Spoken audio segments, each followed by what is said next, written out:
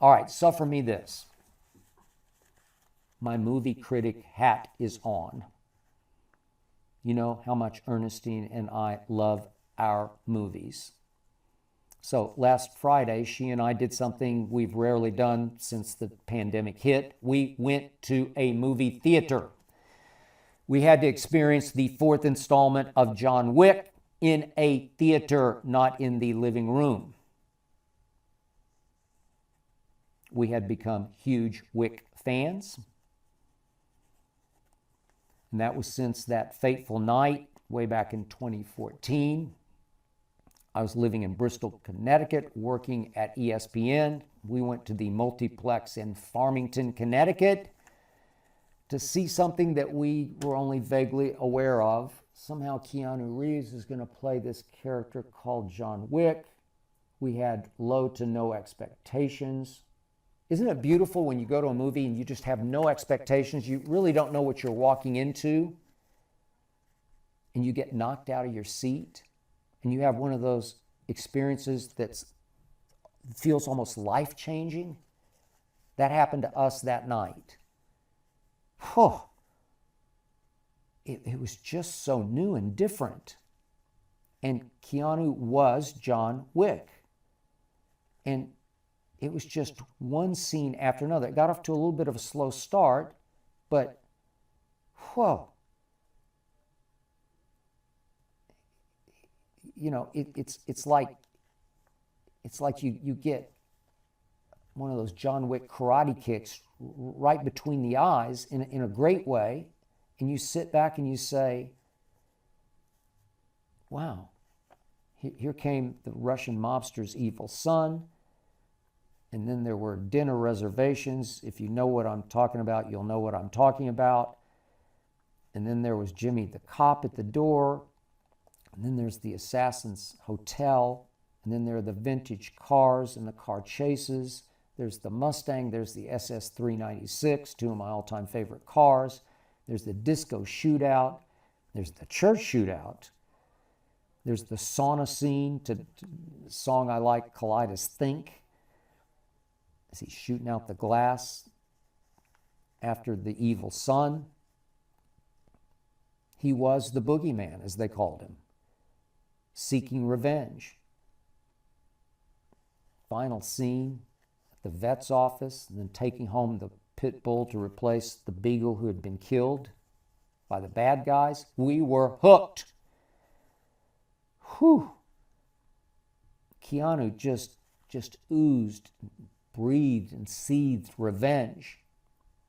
It was such beautifully choreographed mayhem, all set to music. The body count was just laughably high, and John Wick does make you chuckle. It's all bullets, it's all fists with very, very little dialogue. It was, to me, Clint Eastwood all over again as the man with no name. If you know the spaghetti westerns, Good, the Bad, and the Ugly, Hang 'em High, For a Few Dollars More, Fistful of Dollars, all those. It's that man with no name. It's High Plains Drifter in a different package, Keanu's package.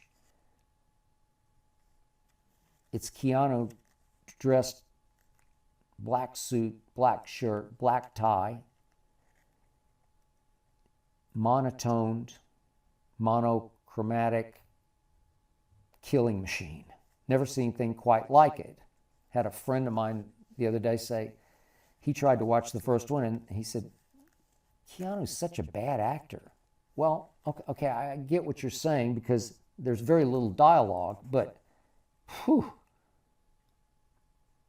You want to talk about presence, screen presence? The long black hair hanging, soaking wet. I mean, just takes over the screen. He doesn't need to say much because these pictures are worth 1,000,000 words. In fact, I read the stats that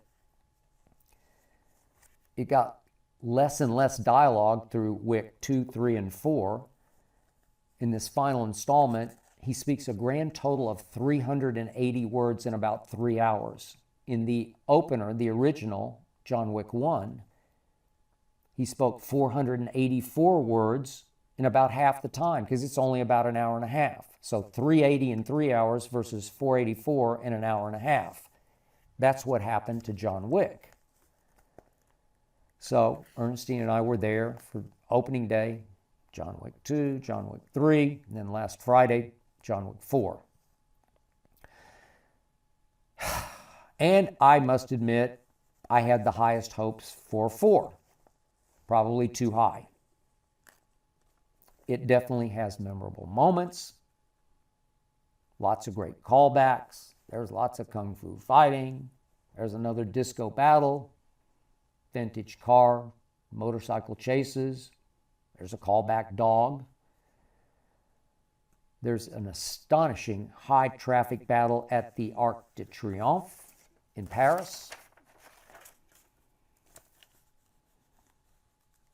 There's actually one great new villain that I really liked, who looks like Rex Ryan to me, if you've seen it, with a gold grill. And he presides over my favorite scene in John Wick 4. It's a card game with an hilariously inspired outcome. But I have to be honest, after a while, the fight scenes featuring the monochromatic Keanu Reeves become monotonous. First 3 Wicks averaged about 100 kills per movie for a grand total of I think it's 299. John Wick 4 has somewhere around 150 kills. We actually, when we first sat down, we said, let's try to keep a body count. We lasted like 5 minutes because it goes so fast. I couldn't absorb the movie while trying to keep track of the body count. They're just impossible to count. But near the end, John Wick does use those dragon's breath bullets. So he not only shoots, but he burns his bad guys. But in the very end, without any spoiler alert, he ends up having to fight his way up a stairway. I think it's like 222 steps. He has to do it twice, killing dozens and dozens of assassins trying to kill him. And, well, I finally just got tired of watching. John Wick kills bad guys the same way, for 2 hours and 49 minutes. His signature move is to shoot them twice right in the face. At the end, he might hit them, kick them, then boom, boom, shoots them twice right in the face.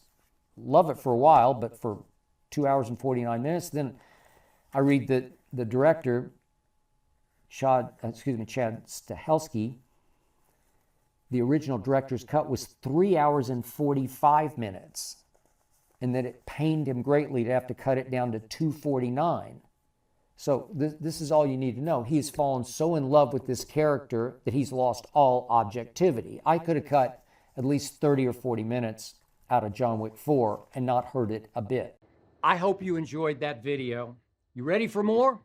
Make sure you click that subscribe button for all the exclusive content from the Skip Bayless Show. And don't forget to check out the full episode of the show wherever you get your podcasts by clicking the link in the description.